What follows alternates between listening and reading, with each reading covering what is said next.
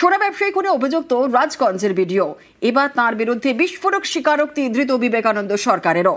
পুলিশের দাবি, জেরায় বিবেকানন্দ জানিয়েছেন স্বপন কামিল্লাকে মারধর করেন ভিডিও, তাকেও বলেন মারতে।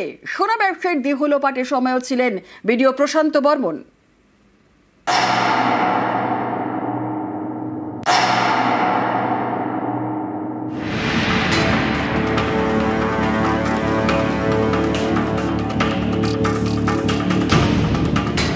নিউটাউনের যাত্রাগাছি গত 30 অক্টোবর এখান থেকে উদ্ধার হয় সল্টলেকের দত্তাবাদের সোনা ব্যবসায়ী স্বপন কামিল্লার দেহ। খুনের অভিযোগ দায়ের হয় জলপাইগুড়ির রাজগঞ্জের ভিডিওর বিরুদ্ধে।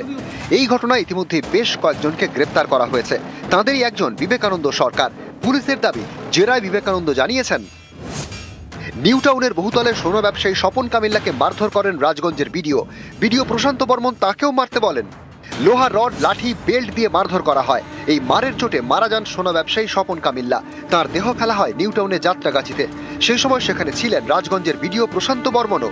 তার নির্দেশে সরিয়ে ফেলা হয় মারধরে ব্যবহার করা লোহার রড, লাঠি এবং বেল্ট। সোনা ব্যবসায়ী স্বপন কামিল্লার বাড়ি পশ্চিম মেদিনীপুরের দাঁতনে। পরিবারের দাবি, গত অগস্ট মাসে সেখানে গিয়ে স্বপনের খোঁজ করেন রাজগঞ্জের ভিডিও প্রশান্ত বর্মন। সোনা ব্যবসায়ীর পরিবারের দাবি, এটা সেদিনের ভিডিও। তারাই তোলে সেই ভিডিও দেখা যায় বিবেকানন্দ সরকারকে, যিনি তৃণমূল নেতা সজল সরকারের গাড়ির চালক। এই সজলকে আগেই গ্রেপ্তার করেছে পুলিশ, জানা গিয়েছে। জেরায় বিবেকানন্দ দাবি করেছেন সজলের মাধ্যমে রাজগঞ্জের ভিডিওর সঙ্গে তার পরিচয় হয়। সজলের কথাতেই গাড়িতে ভিডিও প্রশান্ত বর্মনকে নিয়ে যান দাঁতনে। সোনা ব্যবসায়ী খুনের আগের দিন তিনি কলকাতায় আসেন। বিবেকানন্দর মোবাইল ফোন বাজেয়াপ্ত করেছে পুলিশ। সোনা ব্যবসায়ী খুনের ঘটনায় আগেই ভিডিওর গাড়ির চালক রাজু ঢালিকে গ্রেপ্তার করে পুলিশ। তদন্তকারীদের দাবি, রাজুর মোবাইল ফোন থেকে মিলেছে ডিলিট করে দেওয়া ভিডিও ফুটেজ। সেই ফুটেজে নাকি দেখা গিয়েছে সোনা ব্যবসায়ী স্বপন কামিল্লার বুকে পা তুলে মারছেন রাজগঞ্জের ভিডিও প্রশান্ত বর্মন।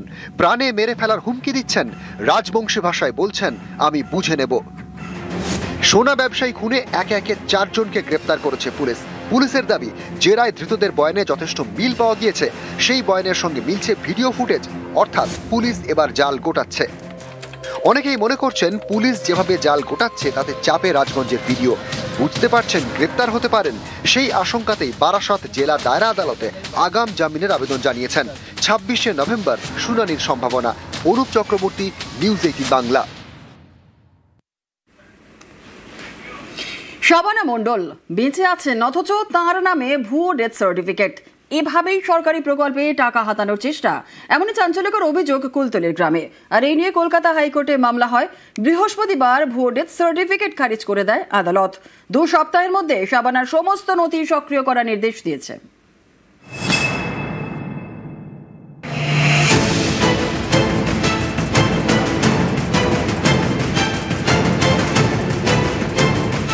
দক্ষিণ 24 পরগনার কুলতলি, এখানকার কুন্দখালী গোদাবর পঞ্চায়েত এলাকার বাসিন্দা শাবানা মণ্ডল দিব্যি বেঁচে রয়েছেন, অথচ তার নামে তৈরি করা হয়েছে ডেথ সার্টিফিকেট।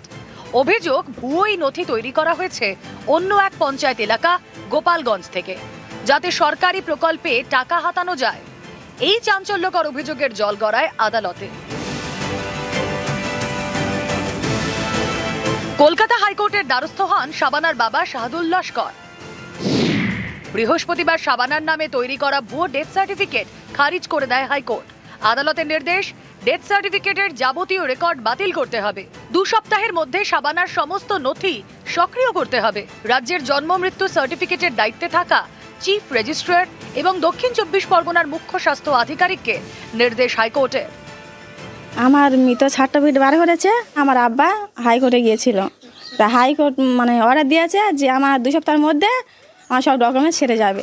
তাই জন্য করে হাইকোর্টের জন্য আমার ধন্যবাদ। 2 লক্ষ টাকা পাওয়ার জন্য ডেথ সার্টিফিকেট বার করেছিল, আমরা আগে জানতাম না, তার জন্য আমরা হাইকোর্টে গেলাম। হাইকোর্টের রায়কে আমরা স্বাগত জানাচ্ছি, 2 সপ্তাহের মধ্যে এই ডকুমেন্টস সেরে দেবে বলেছে। কুলতলি শাবানার দাবি, স্বাস্থ্যসাথী কার্ড ট্রান্সফারের জন্য গত জুলাইয়ে তিনি সাইবার ক্যাফেতে যান। তার আধার কার্ডের নাম্বার সরকারি পোর্টালে দিতেই জানতে পারেন সরকারি নথিতে তিনি মৃত। তার নামে ডেথ সার্টিফিকেট তৈরি করা হয়েছে। সেই ডেথ সার্টিফিকেট দিয়ে সরকারি কৃষি প্রকল্পে টাকা পাওয়ার আবেদনও জানানো হয়েছে। এই নিয়ে তদন্ত শুরু করে কুলতলি থানা। আদালতে পুলিশ জানিয়েছে গোপালগঞ্জের পঞ্চায়েত প্রধানের ডিজিটাল সই ব্যবহার করে ভুয়ো ডেথ সার্টিফিকেট তৈরি করা হয়েছে। সরকারি কৃষি প্রকল্পে টাকা পাওয়ার জন্যই এমনটা করেছেন গোপালগঞ্জের শাহাদুল নামের এক ব্যক্তি। পুলিশের দাবি, গোপালগঞ্জের প্রধান তাদের জানিয়েছেন পঞ্চায়েত সহায়ক ভুল বুঝিয়ে তার ডিজিটাল সই ব্যবহার করেছেন। এই ডেথ সার্টিফিকেট খারিজ করে পদক্ষেপের নির্দেশ দিয়েছে হাইকোর্ট। এই যখন ডেথ সার্টিফিকেটটা বের হয়েছে, এটা তো সম্পূর্ণ অনলাইন করেছে জিপি কর্মী হরপ্রসাদ দে। উনি যখন ডকুমেন্টসগুলো সাবমিট করেছে তখন হচ্ছে কি ডিজিটাল সিগনেচার হয়ে বেরিয়ে এসছে। কোর্ট যা যা তথ্য চেয়েছে আমরা সব কিছু সাবমিট করেছি। আরও আগামী দিনে যদি আরও কিছু চায় আমরা সেগুলো আমরা সব কিছু দেবো। পানিশমেন্ট তো হতে পারে হচ্ছে জালিয়াতি, সরকারি ডকুমেন্টকে ফর্জ করা, সরকারি ডকুমেন্ট সরকারি জায়গায় মিথ্যে ডিক্লারেশন দেওয়া, সবটা মিলিয়ে যা আছে সেটা 420-406-এ যা সর্বোচ্চ সাজা যাবজ্জীবন পর্যন্ত এবং ফরজারির ঘটনা আছে, সেটার ফলে 10 বছরের মিনিমাম শাস্তির এখানে প্রবিধান আছে। অর্ণব হাজরা ও অর্পণ মণ্ডল, নিউজ 18 বাংলা।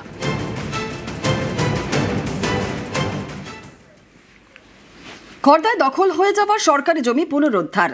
জমিতে সরকারি বোর্ড বসালো উত্তর 24 পরগনা জেলা পরিষদ। নদিয়ার মালিকানা বদলে ফেলা জমি ফেরত পেলেন জমির মালিক।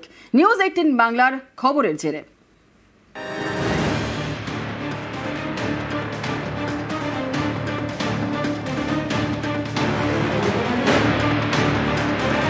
এটা সরকারি জমি উত্তর 24 পরগনা জেলা পরিষদের। খড়দার বন্দিপুরের এই জমিটাই জবরদখল করার অভিযোগ ওঠে স্থানীয় জমি মাফিয়ার বিরুদ্ধে। গত বছর অক্টোবরে এই খবর দেখানো হয় নিউজ 18 বাংলায়।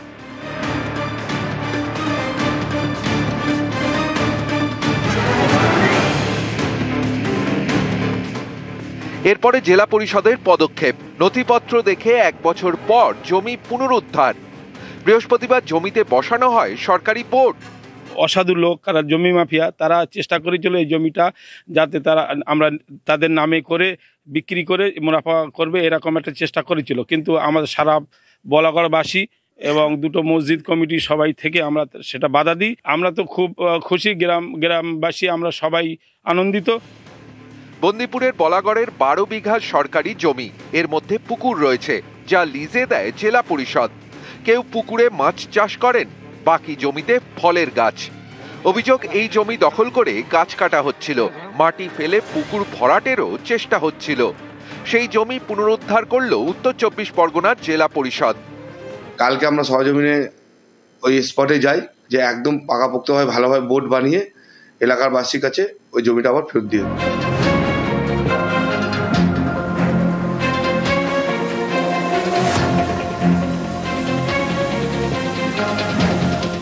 নদিয়ার চাপড়া, এখানকার বাসিন্দা আবু বাক্কার শেখ নিউজ 18 বাংলার খবরের ছেড়ে ফেরত পেলেন নিজের জমি।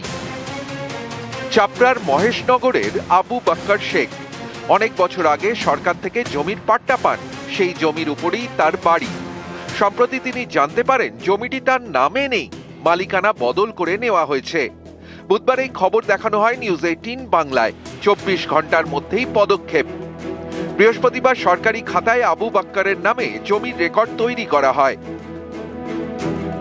আমার ভাইরা মৃত্যু দেখিয়ে আমার জমি রেকর্ড করেছিল। এটা আমি গত বুধবার নিউজ 18 বাংলায় খবরটা দিই।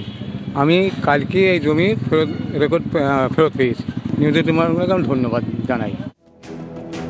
মালিকের অজান্তেই জমির মালিকানা বদল হয়ে গেল। খবরের জেরে তিনি তা ফিরে পেলেন। কিন্তু এখানেই অনেকের প্রশ্ন, জমির মালিকানা কি এভাবে বদলে ফেলা যায়? সরকারি দপ্তরের কেউ জড়িত না থাকলে কি এটা সম্ভব? অপেক্ষায় রইলাম যে আধিকারিকরা এরকম একটি দুর্নীতির সাথে যুক্ত, তাদের কি হয় দেখবার জন্য। উত্তর 24 পরগনা থেকে সুবীর দে এবং নদিয়া থেকে সমীর রুদ্র, নিউজ 18 বাংলা।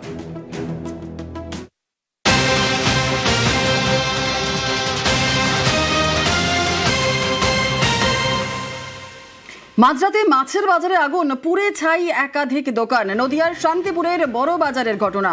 কি অবস্থা এখন, কখন আগুন লেগেছিল, কিভাবে বা আগুন লাগলো জানবো। রঞ্জিত রয়েছে আমাদের সঙ্গে। রঞ্জিত, কি জানা যাচ্ছে, আগুন কিভাবে লাগলো, কি পরিস্থিতি এখন?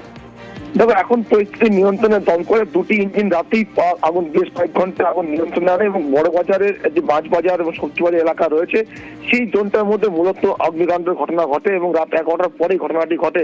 তবে কিভাবে আগুন লাগলো তা এখনো স্পষ্ট নয়, তবে ক্ষয়ক্ষতির পরিমাণ লক্ষাধিক টাকা। রাতেই ঘটনাস্থলে শান্তিপুর দুটি দমকলের ইঞ্জিন ঘটনাস্থলে আসে এবং স্থানীয় পুলিশ প্রশাসন ছুটে আসে এবং দীর্ঘক্ষণের চেষ্টায় আগুন নিয়ন্ত্রণে আনে। তবে এখন ক্ষতি দেখা হচ্ছে কিভাবে আগুন লাগলো পুরোটাই তদন্ত শুরু করেছে পুলিশ এবং দমকল বাহিনী। তবে পরিস্থিতি এই মুহূর্তে নিয়ন্ত্রণে রয়েছে, ক্ষয়ক্ষতির পরিমাণ লক্ষাধিক টাকা মনে করছে স্থানীয়রা। বেশ, ধন্যবাদ।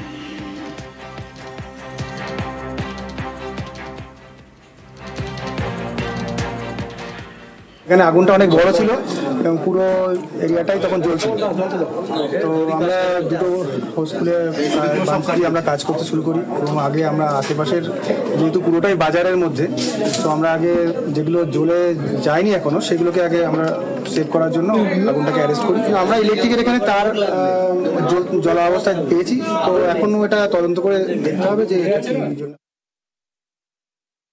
10 থেকে 12 জন দোকানদার যারা বসেন তাদের তো মাল গেছেই, তার সঙ্গে সঙ্গে যেহেতু চালাটা একটু খালি থাকে বলে এখানে আরও রাত্রিবেলাতে আরও 8-10 জন মাল রাখেন, তাদের মালটা গেছে। অন্তত 20 থেকে 25 জনের মাল। কি ধরনের মাল? সম্পূর্ণ কাঁচা মাল, তার সঙ্গে অনেকটা চাল, অনেক বস্তা চাল, আলু, পেঁয়াজ, ফল।